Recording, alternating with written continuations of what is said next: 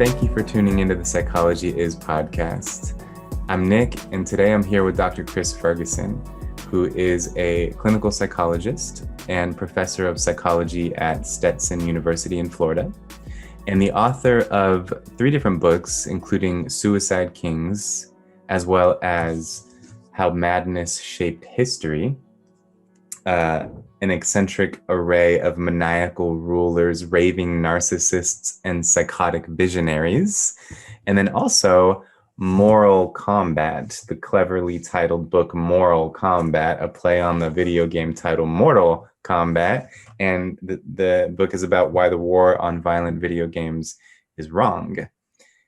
Because Dr. Ferguson has multiple expertise, we are having a 2-part conversation, and this is part 1. And in this conversation, we're going to focus on how madness shaped history.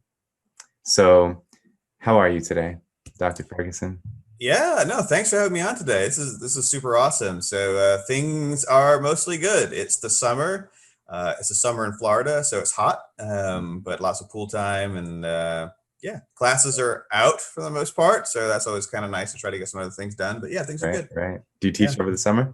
I teach an online course over the summer, so that's usually not as bad. So in fact, I'm doing that now. But don't have to travel to campus, which is always an extra perk. Right. So, what's your favorite class to teach? Oh, that's a great question. I would say some of the ones that I've developed a few for the university, and they're not like unique, like nobody else has developed them, but so I teach forensic psychology, which is always fun because that's why I got into psychology. Really, was more of these sort of Silence of the Lambs kind of stuff. So it's a chance to sort of indulge that side of my interest. But I do have a couple classes I built around sort of media effects. So I have one so Stetson likes kind of whimsical names for. We have a junior seminar and we have a freshman seminar, which is kind of just what it sounds like. One class is meant for juniors, one class is meant for freshmen, and they like these kind of whimsical names. So one is the junior seminar is Game of Thrones made me do it. Media effects and media effects on behavior. So it's a media effects class. And the other one is Call of Civic Duty, which is video games in society. So that's the first year seminar. So those are always kind of fun to teach because they're obviously right as well. Yeah, it sounds fun, and I think it's actually clever to create these intriguing course titles. It sounds like the title of a book, and it's you want to draw attention, you want to pique the interest of the student when they read the title of the course. Nice. Okay. Yeah. Cool. Well, we don't actually watch like a lot of Game of Thrones in the Game of Thrones class, so that I always have to warn students of that. If they're really big fans and think they're just going to watch the show a bunch, that's not actually what the class is about. Yeah, that's funny. I create a little bit of attrition and a little dropout in the beginning. Yeah. Well, so I want to actually start our conversation by reading just a short passage right from the beginning of your book here, and then dive in. So right here in the beginning of chapter 1, you write, "Sometimes it takes only one Mad Hatter to change the course of history. Undoubtedly, societies are sometimes riven by invaders or lain low by droughts, famines, and plagues beyond their control. But occasionally, there are times when the fate of societies teeters at the crossroads between victory and ruin, glory and shame. Into these breaches, a crucial individual can step, guiding society down the road to grandeur or decay. Societies hope for an individual with a firm but steady hand to steer their people through the occasional rapids. Sometimes instead they get madness, individuals with severe cognitive or mental problems or limitations." Which I think we all know is true. I mean, I think we can all think of some pretty infamous maniacal leaders in the past that no doubt changed the course of history. And so in your book, you highlight some of the biographical details of some of these figures, including Alexander the Great, Adolf Hitler, Joseph Stalin, Mao Zedong. And I'd like to, have you share with us some of these details. And then, of course, to go into the psychology of why we like what allows this to happen, that some of our craziest people take on roles in leadership. So I'm kind of making the conscious decision not to get into the conversation about exactly what delineates mental disorders from normality. That's a great conversation. I've actually kind of gone there with different guests on the podcast. It's a serious interest of mine. I also heard your interview with Coleman Hughes, and you talk about that in that interview. And so just making the conscious decision not to go there, and just knowing that what we're talking about right here in this conversation are extremes, are not, the people who may or may not have ADHD or an addiction or something, but these are those cases where the disorder, the madness, the insanity is unmistakable. There's no ambiguity about whether this person is insane. So these are kind of the types of figures that we're talking about. And I'd like to start by asking you to talk about Alexander the Great, if you'd be willing here. And talk to us about Alexander the Great. How was he insane, and how did he become a leader, and what was the effect of that? Yeah, that's a great place to start. So he's always fun. So, and I think that, I think Alexander the Great in some ways probably has one of the better outcomes of some of the folks in the book. And then of course he kind of has come down through history as this great military leader, and he founded, if briefly, this kind of like massive empire that was of unusual size, at the given time. So, and again, the thing with, sort of diving back into, going back 2,500 years in history and trying to figure out what made this person tick. Because of course, it's always somewhat speculative, and I try to make sure that to make that point in the book. But yeah, it looks like, you got to kind of get the sense of like a lot of things we say, like the origins of these things tend to be both biological and environmental. And you had an individual who came from a line of individuals who were very ambitious, I guess we could say. His father and his mother were both very ambitious, to the point of, we might recognize as being psychopathic, today. And then he grew up in an environment that was very harsh, even though he was a very privileged individual. Obviously, he grew up in the household. His father was the king of Macedonia, so he grew up in a very privileged life. There always was this kind of sword over his head that his father was a violent man, that they didn't always see eye to eye. It's always possible he might have been assassinated at different times. So it's interesting in the case of a lot of these, particularly these older sort of ancient history sort of individuals. You see they come in some ways both from what we would recognize as a life of privilege, at the same point an incredibly violent, difficult, unstable environment at the same time. So he's developed himself into a very, again, we recognize positively his ambition. He was a very ambitious individual and a very smart individual, and his ability to, employ battle strategy was, for his time, is amazing. But also that was part of the downside, is that he was a very ambitious individual. So he sort of reveled in the victories that he achieved and was never able to settle for what he had achieved at some point. So he pushed from Macedonia, which at the time was, I think I make the allusion in the book, was like Canada invading the United States and winning. So he had took this little country and turned it into this global empire that stretched throughout the Eastern Mediterranean through India, practically, and that was an incredible achievement at the time. But that's also part of, he just didn't stop, he just kept going and going and going. And he put himself and his soldiers, and of course the people in every place that he conquered, through a nightmare. We kind of look at it oftentimes as like, this is an incredible achievement, and it was, but it was a nightmare for the people who were going through it, including himself in many respects. He was a very violent man. He ends up killing one of his friends in the middle of a violent argument. He has a lot of problems with alcohol and other issues, and ends up dying in his early 30s. So everything he achieved before most of us get out of graduate school, and was dead and done. At that point. And so yeah, so it's kind of like sometimes like the narrative around him has changed over time as historians view him. So he's just typically been viewed fairly positively, hence Alexander the Great. But of course, there is this reassessment sometimes of how much damage he did to the people he conquered, to his own soldiers, and eventually to himself. And of course, it's also interesting to think of like, what if he had settled at some point down and tried to actually be a ruler rather than a conqueror? What would his empire have looked like? But of course, that's also the question of, well, he never would have had an empire in the first place unless he had the personality that he did. Let's say the sort of the madness that he did. So those kind of factuals are sort of interesting. But that's kind of where he was. He kind of came from this difficult environment.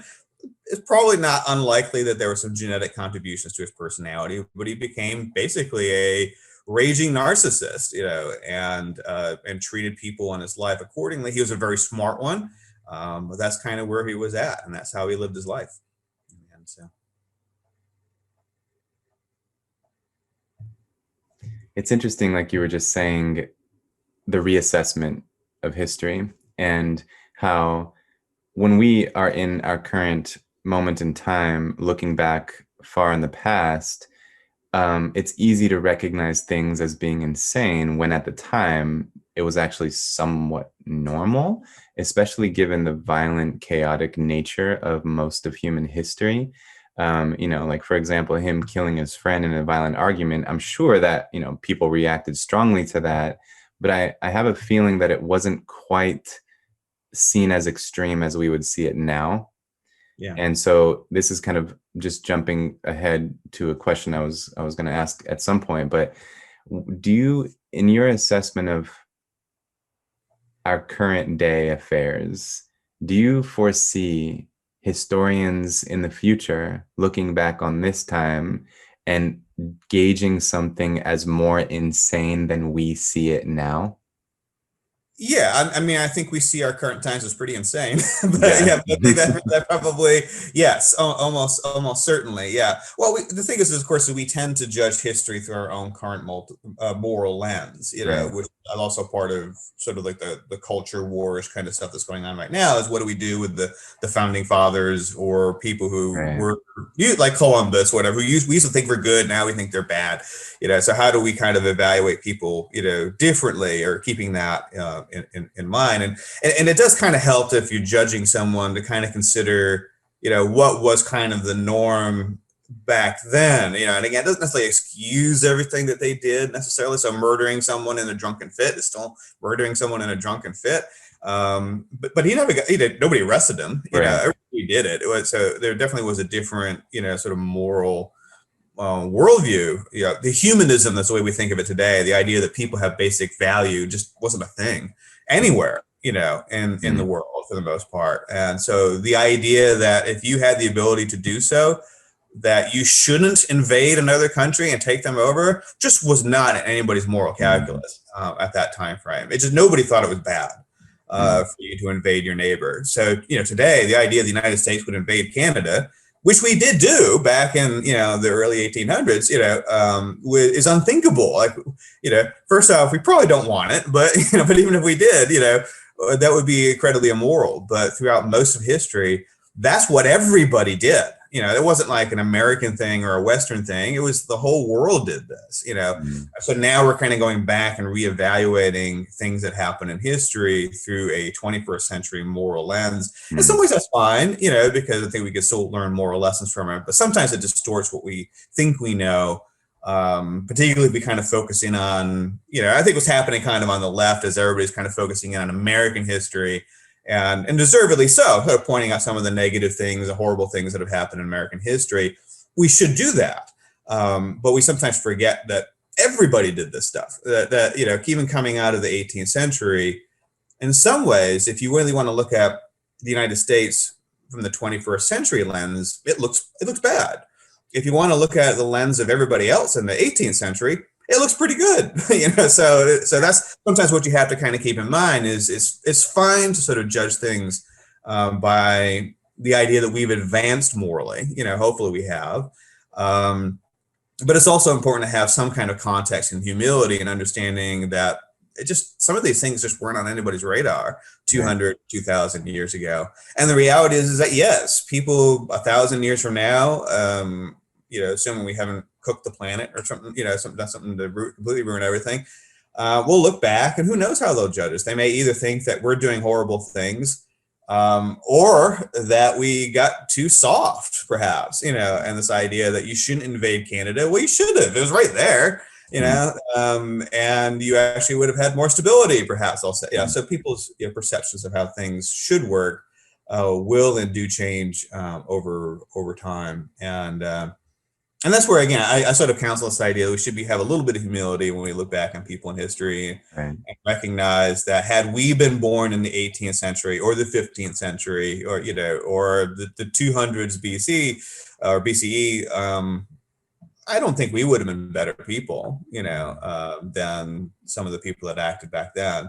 So it's easy for us to think that there are these sort of universal human values that we all understand now, but we only really understood them in the last, in some cases, 50 to 70 years, and so sometimes it's good to just keep that in mind as we maybe judge people in the past. We would like the historians in the future to have a little bit of generosity to us when they judge us as well.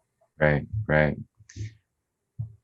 It's one thing that came to my mind often as I was reading your book, and it's coming to my mind again now, is that it seems to me that societies do not exalt normal people. Mm-hmm. And someone who's not normal could be, I almost think of it as subnormal or transnormal in a sense. Like there's the type of person who can act normal, but they can also, in a sense, transcend normal and use their mental faculties or act in ways that are just beyond normal, but in a way that is admirable, productive, and helpful, like geniuses do, and the Martin Luther Kings and the great leaders do. But then there's people who are not normal, but they can't seem to even conform to acting normal when it might be appropriate. And they too seem to be exalted because we're so intrigued by them. And so, but unfortunately, that results in insane people being exalted and given opportunities to be in positions of power and influence.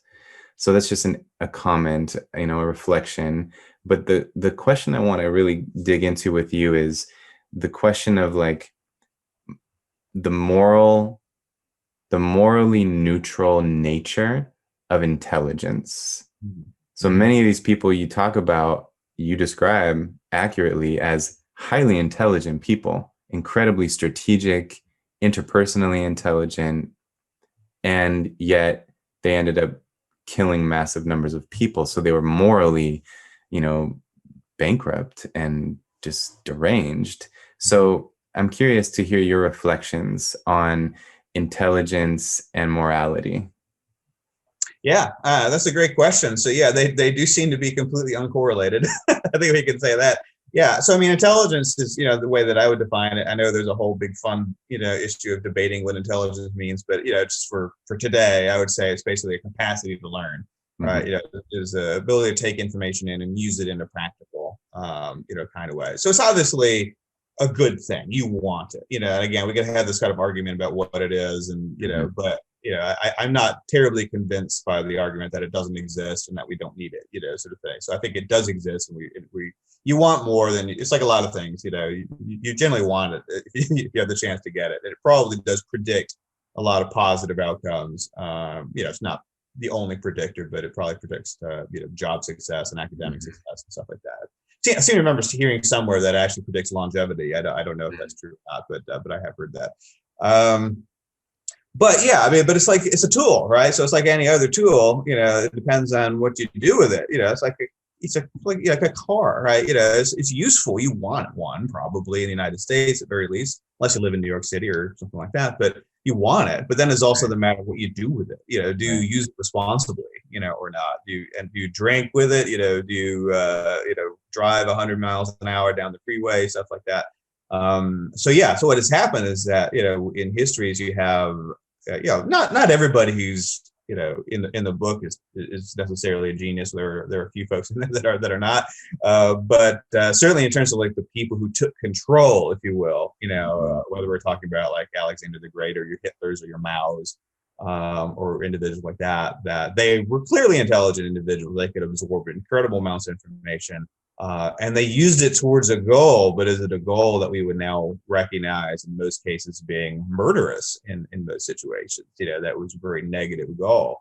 And the shame, of course, is in some of these situations is that their intelligence, allowed them to do a lot more damage than they might have done had they not been so intelligent. I mean, of course,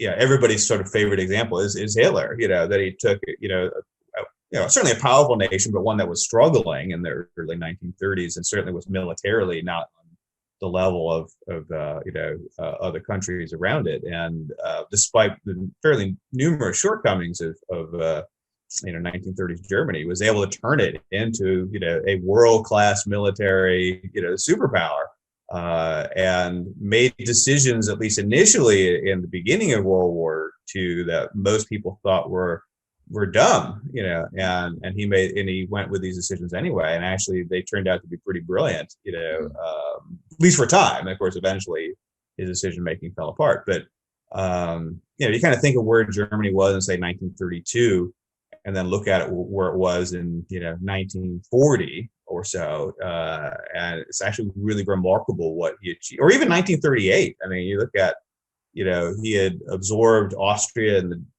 most of Czechoslovakia and without a shot. At that point, if he had stopped then, there's again, it's one of these counterfactuals. If he had had a little bit of wisdom to go along with that intelligence, if he had stopped then, probably people would look at him as a remarkable, still maybe immoral, but certainly a remarkable, successful leader who greatly expanded the size of Germany.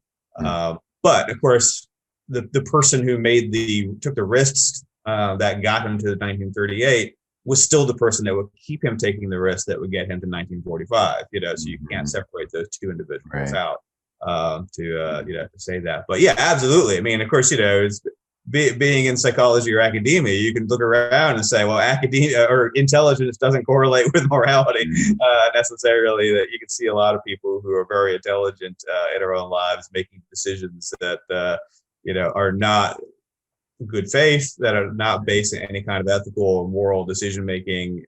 So it certainly is the truth that individuals are not necessarily making moral decisions based upon being intelligent. And of course, there's plenty of lesser intelligent individuals who are completely lovely human beings who make moral decisions, who are ethical and such. So this is not an anti-intelligence screed, by the way. It's a good thing. It's just like any other tool. You have to be careful what you do with it. Exactly. Aldous Huxley was once asked the question of like, what is indispensable to human life, and his response was, there are two indispensable things in human life: intelligence and goodwill. Intelligence without goodwill is apt to be inhuman, and goodwill without intelligence is impotent. And that's certainly what we see. What we see is that these characters that you describe in your book are not impotent. They're highly potent in their impact on the world, but unfortunately, they're also inhuman. They're inhumane. They do horrible things. So they lacked the goodwill. But and I always hesitate to describe someone as unintelligent. I'm of the mind that if you have a brain, you're intelligent. And I also recognize, of course, that intelligence is not distributed equally among people. But so if a person is a very good person, they have good intentions, they want to do good in the world, but they haven't, let's say, refined their capacity for intelligence, their positive impact will be limited. Right. And that's why I think education is so important, because you can increase the positive impact that you can have by becoming more informed, knowledgeable, and intelligent. So there's a question, there's something actually I also want to read again, a little passage that leads to your own question that you posed that I want to hear you answer. So let's see exactly where it starts. So you say, human societies have evolved, developed codified laws, accepted that kings and queens are not above them, and developed bureaucratic checks and balances to prevent power from being centralized on any one mad personality. What can Alexander tell us about today? And then the question you raise is, have we entered a post-madness world?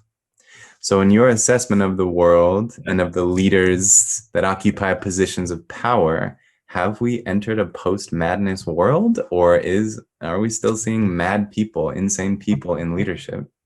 Well, and I probably had written that line before 2020, just to be fair.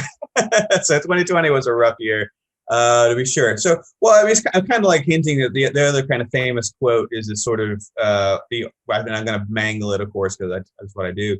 But this idea that like the arc of history bends towards justice is sort of like the other kind of similar idea that we're always sort of evolving in a positive direction. And I would say, if you look kind of again through most of history, the answer would be no. There was no evidence to say that the history was arcing towards justice. That again, what was happening in the Roman Republic versus the Renaissance, for instance, was not necessarily a straight line of morality.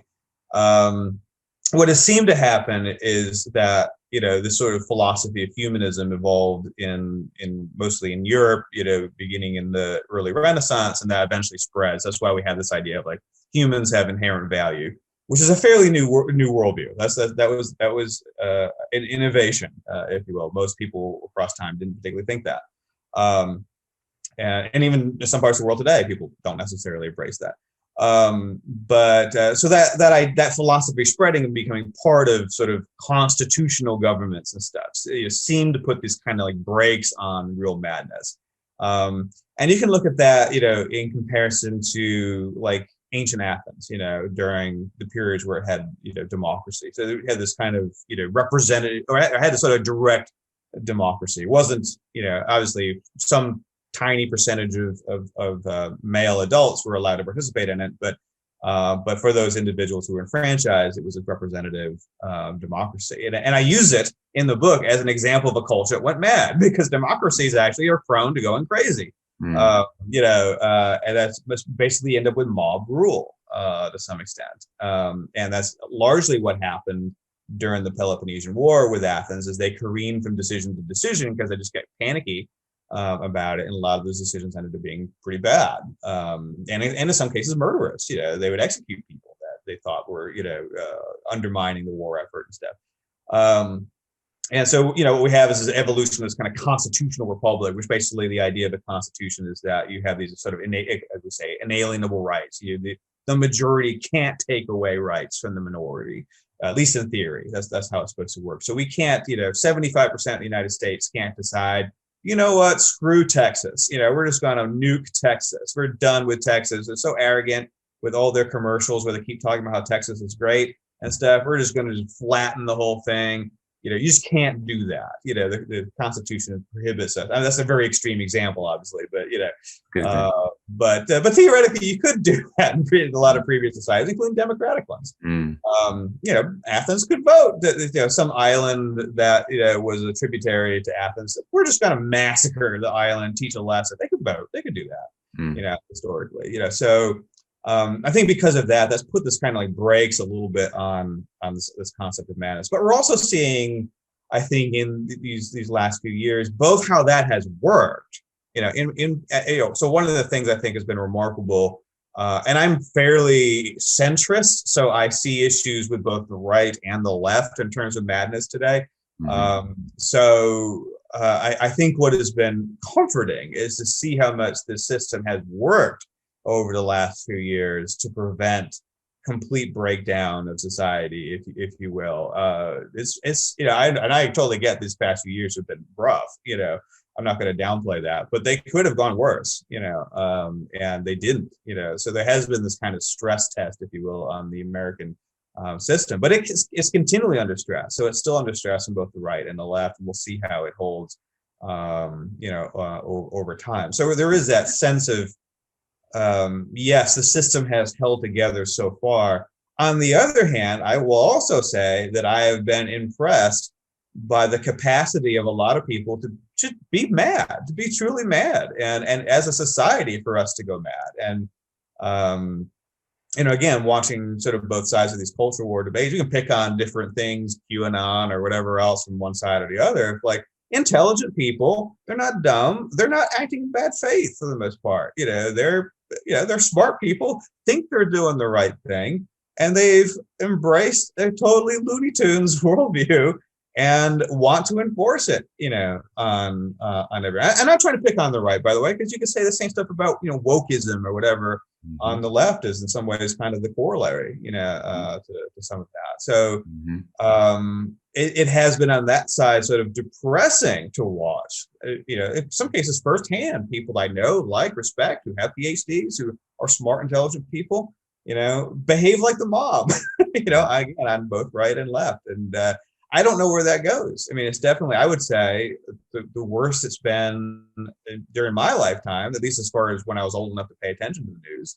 I've never seen anything quite like this. And I think that part of the problem is that everybody is so focused on this idea of being on the right side of history, of doing the right thing, that they've lost touch with their own capacity to justify anything in the name of doing that. So they've lost context. They've, lost any kind of sense of proportionality. People are starting to embrace, at least in small ways, this idea that the ends justify the means. It's become very tribal, very angry, very hateful. And the very fact that people think they're doing something for a good moral cause is part of what I think is making it worse at this point. So we definitely aren't like, in, I don't know, the dark ages or anything at that point, but it has looked like a stress test. I would call it definitely is a stress test on this idea of the sort of arc of history always evolving to something better than what came before. The last, I would say, 7 to 10 years probably has not been that way. But we'll see if that changes. Or if it, I think even internationally, people, I think, again, I'm not a political scientist, but what I understand is that, sort of democracy is on a recession, or not an economic recession, but there are more governments are becoming more authoritarian over time, which is sort of a disturbing trend. The question becomes, does that trend continue endlessly, not endlessly, but, to make things worse for a long period of time, or is that a blip and we'll go back into this sort of period of greater rights, greater freedoms, greater democracy worldwide. I don't know, but it is going to take. I think what's happening now is this classic situation where people on the extremes are being given a lot more voice, a lot more authority, a lot more attention, and that's preventing. I would like to think that I'm not on extreme, but maybe people would disagree. I don't know, but but whoever is not on the extreme, whoever's sort of in the middle, 90% of people who are not like on the far left and far right, I think it's very difficult for them to speak. Well, first off, they got jobs and families, and they don't have time to be on Twitter all day. But but also they're afraid of saying something and getting, I guess the word now is canceled, right? They're afraid of losing their jobs and stuff like that. So, but I think what's going to take is the people in the middle to get up and speak and be a little bit less afraid of the extreme folks attacking them, which they will, because they're extreme. But so somehow the center has and by center I just mean everybody who's not extreme needs to figure out some way of restoring some sort of discourse and sense of proportionality that we seem to be losing right now. Yes. This is something you were mentioning in what you were just talking about, and you wrote about in the book, which is, do insane leaders translate to insane societies? And we can see examples in history of when this happens, of course, with the whole Nazi regime, and also just in perhaps much more minor ways nowadays. The way that there's just so much conformity and mob mentality around issues, and things get so charged and everyone feels so self-righteous. And you do see this translation into societies. And it reminds me of the quote, which the Indian philosopher Jiddu Krishnamurti said. He said, it is no measure of health to be well adjusted to a profoundly sick society. Mhm. And I really love that. And I like to remind people of that because I do think that if you're in a society that has essentially gone mad, you don't want to be emotionally stable. It's not a good sign of your mental well-being that you're just like at ease and content and not anxious in a situation like that. And so I actually think that many, and just going back again to the question of what will future historians judge us harshly on, I think we can highlight some pretty glaring examples of, like, for example, what comes to my mind right now is I could see historians in 500 years looking back and saying, can you believe children were just starving to death? And then one student might say, well, was there a shortage of food? And then be like, no, the food just wasn't distributed to the starving children. Or they'll say, can you believe they harnessed nuclear power? And then a student will be like, well, what'd they do with it? Did they like provide energy to the world? And they'd be like, no, they just created weapons out of it. Or, and I think examples abound here. And for someone to be aware of that, we have to create these boundaries and protect our own personal emotional life. But also, I think it's reasonable that a person would be generally a bit depressed or anxious as their awareness of these types of insane tendencies, as their awareness of that increases. Yeah, I mean, again, I think if you're in that situation where you can kind of see it happening, right? Right. So again, there's a sense of like everything's become very tribal, and if you're in the middle of the tribes, you really can't see it happening. You just see there's the bad people, and then there's the good people, and you're one of the good people, right? So and that's probably how our brains are generally kind of wired to work anyway, to a large degree. But if you're not, if you're in the sort of sense of like, well, everybody's a little bit crazy right now. I think it can be difficult to watch that. I mean, I'm kind of speaking firsthand. I mean, it is difficult to watch, some of this stuff going on, because you want to keep things bending in the direction of evolving more positively. And when things seem to be slipping back, again, if you're sort of watching it in another country, for instance, Russia for a while there thought, oh, Russia's going to be a democracy. That's wonderful. And then, Putin took over and it didn't happen. That's sad. But then what's happening in your own country, that is, a lot more visceral. It's a lot more, immediate. Right. Both situations are sad, but one is a lot more, relevant to your own, kind of situation. But, yeah, but then it becomes an issue of what do you do with it, Right. So yeah, I mean, I think there is this sense of, and again, I can understand it, having experienced 2020 like everybody else did. That was just a weird year, and a lot of it was outside of our control. I mean, there's COVID virus and all kinds of other things that were going on that it really was this sort of non-human enterprise that was affecting a lot of what was going on. But then kind of how we dealt with it, in a way, was obviously not very efficient, which tells us a lot about how things work. Just the fact it became a polarized issue, Right. Our masks tyranny, or whatever the hell else is everybody's arguing about. Where did the virus come from, and all this kind of stuff is all these questions are being asked publicly, but in non-scientific, non-empirical ways, and that's kind of hard, to watch. And I think unsettling, because there also is this sense of where does this end? Does this get worse? Especially if people on one side are making Nazi references and on the other side making, whatever communist China references, it starts to get kind of nerve wracking. And the danger is, I think, for societies is in that moment. So we could say we're experiencing at least a little bit of a crisis moment. It may not be as bad as some other cultures have experienced in our history, but we're in kind of a crisis moment. And we have been for at least the last couple of years. There will be this temptation, I think, for a lot of people for that, again, strong leader. We want someone to come in and fix it, and that's that rolling of the dice, that, we could all work together and try to fix it, but that's slow and messy. And there's no guarantee that's going to work. Or we could roll the dice and have some more authoritarian figure step in. And I think that's kind of what happened on the right. I know you probably don't want to get too political with these things. I'm pretty much on the record not being a Trump fan. But I think that's kind of what happened. That people I'm not criticizing conservatives. I think they had their reasons for why they were unhappy with the way the direction was going in the country, and I in many ways agree with some of those. But the solution there, I think, made things worse in many respects. Unfortunately, that was one of the stress tests for the country, and fortunately, the country passed through that one successfully. And again, I see some of the same inclinations or some of the arguments on the left. We need to change the Constitution. We need to get rid of the filibuster. We need to get rid of the Electoral College, all kinds of other stuff.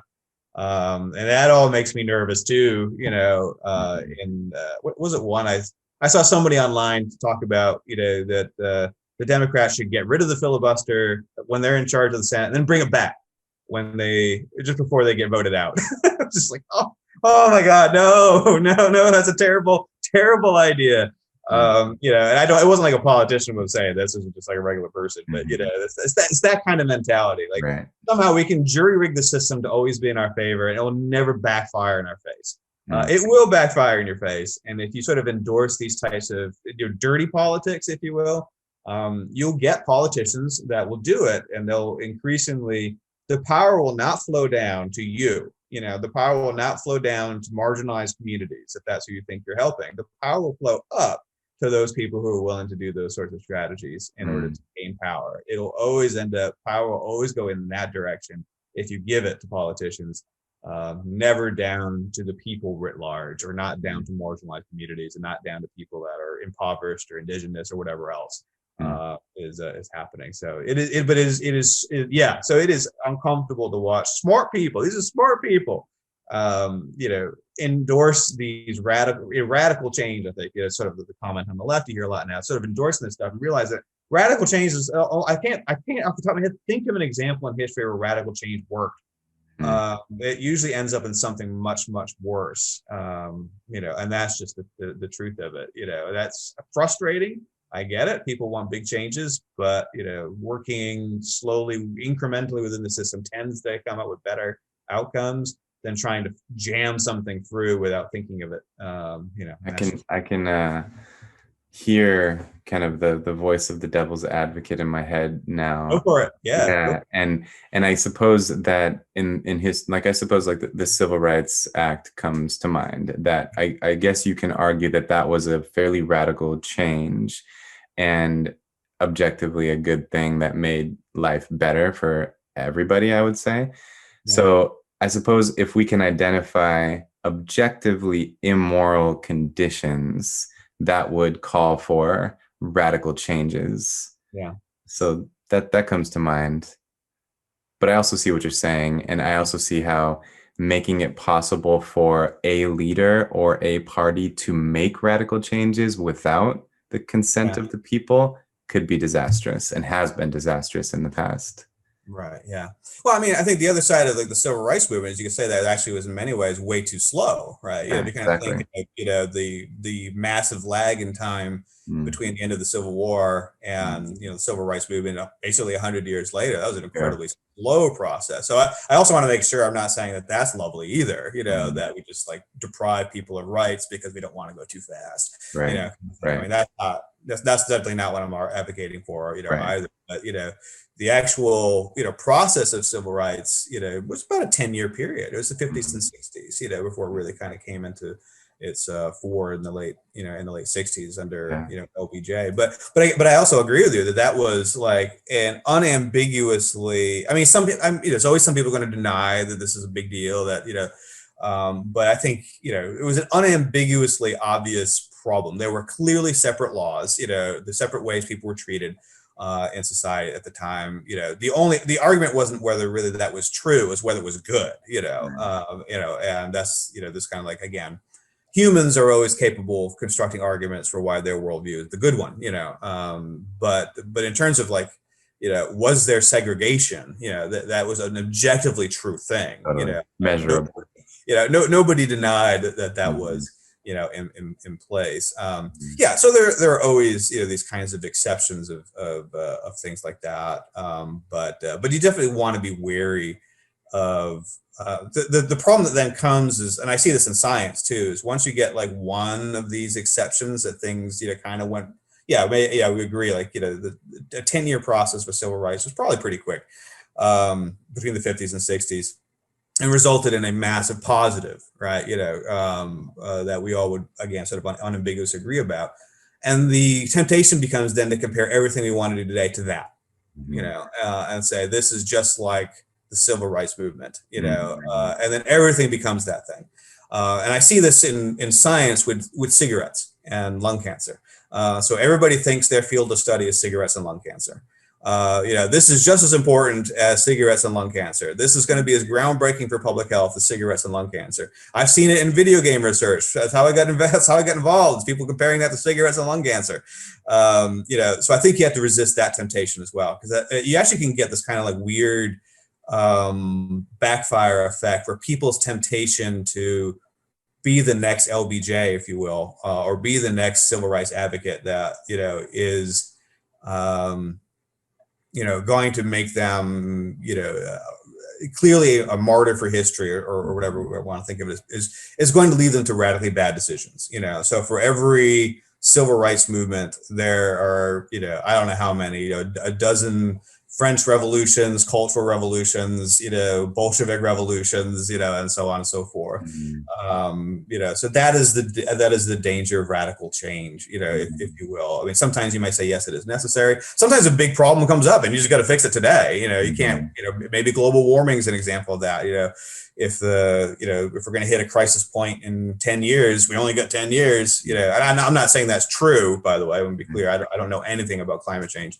But if that were the case, then that puts a time frame on it as well. So calls for radical changes.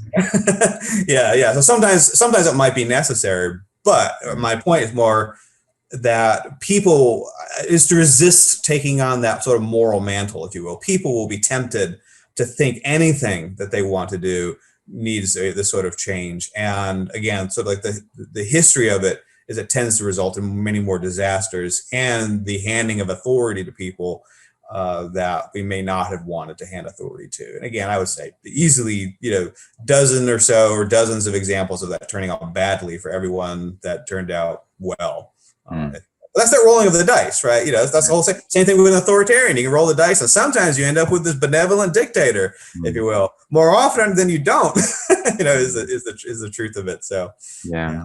Do you think there's anything to the idea that people just want a change, and that they're like, I'm thinking about the psychology of the willingness to roll the dice. And I think this was the general ethos, I guess, of electing Donald Trump. And that was almost what he campaigned on, was that he was different. He was breaking the status quo. And so I'm curious about your thoughts of like, how much of the motivation to roll the dice on someone who's clearly not normal, for better or for worse, is based in discontent with the status quo?